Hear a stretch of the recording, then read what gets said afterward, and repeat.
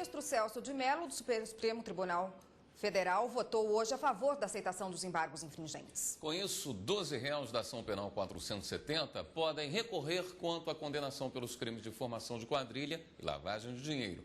A votação foi apertada, 6-5.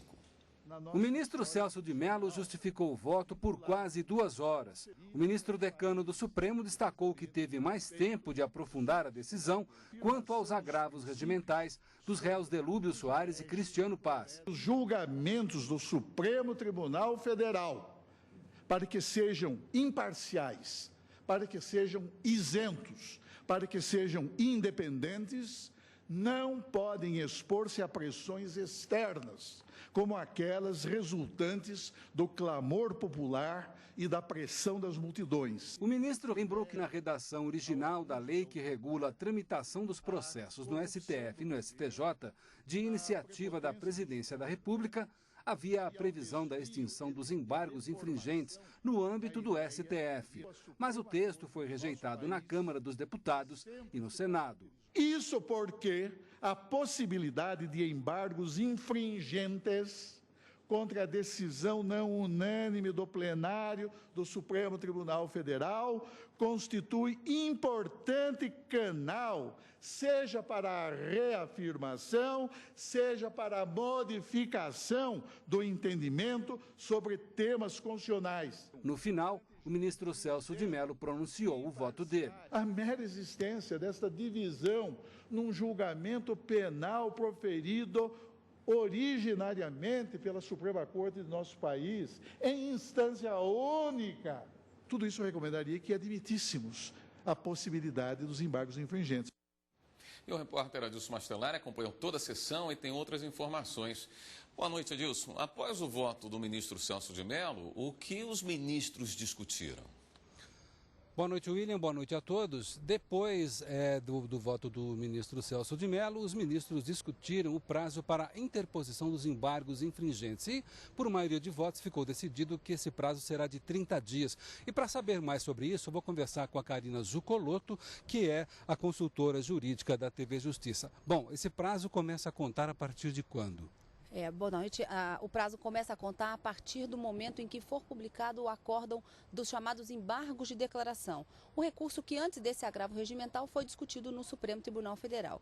Ao que o ministro Joaquim Barbosa disse que apenas necessita de algumas informações dos gabinetes para que ele seja publicado. Uma vez publicado, o prazo de 30 dias passa a correr para a interposição do recurso. De todos os condenados que têm direito, por enquanto, só o réu Delúbio Soares apresentou recurso. Toda a questão se eram cabíveis ou não esses embargos infringentes surgiu a partir da interposição pelo Delúbio Soares. E que o ministro Joaquim Barbosa, num primeiro momento, rejeitou, entendendo que não eram cabíveis, e aí surgiu toda a discussão e contra essa decisão monocrática do ministro Joaquim Barbosa, vieram os agravos regimentais e que hoje foram concluídos pelo cabimento e, portanto, pela não revogação desses embargos infringentes previstos no regimento interno. Por falar em agravo regimental, os ministros também examinaram o agravo do réu Pedro Corrêa. Por quê? Foi uma pendência, é isso? Não, ele também interpôs esse agravo regimental, mas na tentativa de se convencer os ministros de que deveria haver uma relativização sobre a condição, os requisitos para a interposição desses embargos infringentes.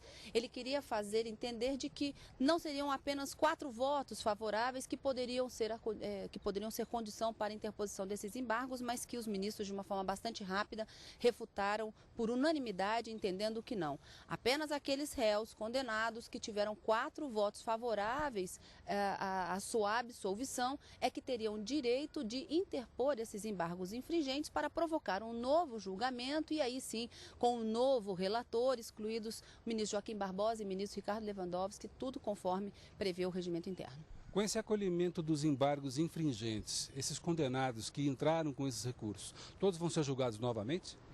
Isso é importante a gente esclarecer de que não é toda a ação penal que vai ser revolvida e todos os fatos serão julgados novamente. Apenas em relação àqueles condenados, como eu disse, que tiveram 4 votos favoráveis pela absolvição. E nesse caso nós temos aproximadamente 11 ou 12 condenados por crimes ou de lavagem de dinheiro ou por formação de quadrilha que poderão provocar no plenário do Supremo Tribunal Federal uma rediscussão para absolvê-los ou diminuir as suas penas ou então pode até mesmo o plenário manter a condenação, conforme foi dito o ano passado no resultado final da ação penal.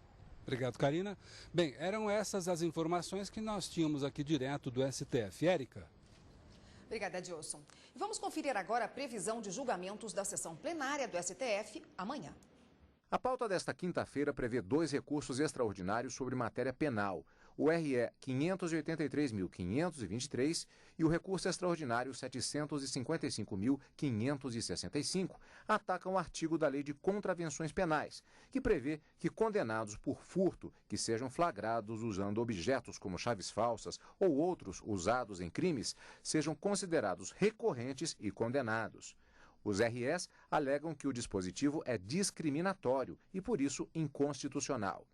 Matéria penal ainda em 2 habeas corpus, HC 112.982 e o HC 116.659.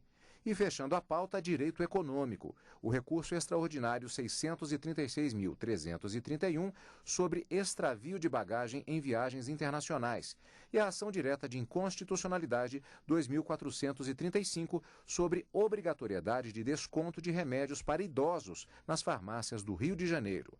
Mais informações sobre a pauta no site do Supremo Tribunal Federal, www.stf.jus.br.